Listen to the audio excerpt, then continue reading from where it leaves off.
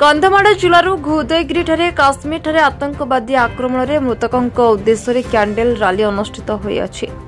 आज उदयगिरी पूर्वतन विज्ञापित अंचल परिषद अध्यक्ष 5 नंबर वार्ड काउंसिलर और समाजसेवक पी संजीव कुमार पात्र नेतृत्व में काश्मीर पहलगांव में निरीह भारतवासी आतंकवादी आक्रमण में 26 जन निरीह जनसाधारण मृत्युवरण कर आमर आत्मार सद्गति निमंते उदयगिरीवासी को नहीं एक शांति कैंडल यात्रा अनुष्ठित होती।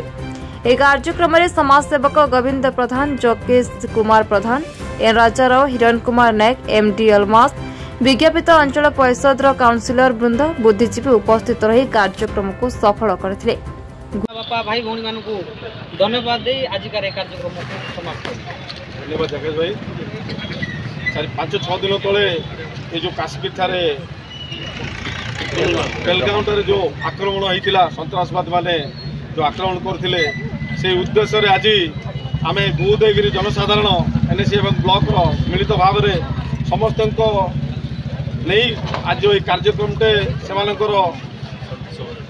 शांति शोभा यात्रा करते उद्देश्य नहीं करते जो आमर आज ये अंचलवासी समस्ते सहयोग करते आगामी दिन में प्रत्येक कार्यक्रम रे आपण माने सहयोग करिवे बोली आमको आशा एवं विश्वास भरोसा। जेते बेले कोनोसी दुख पड़े सेते बेले आम माने जदि टिके ठिया हवा तेबे निहाती भाव में किसी मनोबल बढ़िबो। तेणु मु आज समस्त अंचलवासी आज मो तरफ उदयगिरीवासी तरफ धन्यवाद दे ये कार्यक्रम को समाप्त कर। धन्यवाद। उदयगिरी एन राजा रिपोर्ट बी न्यूज।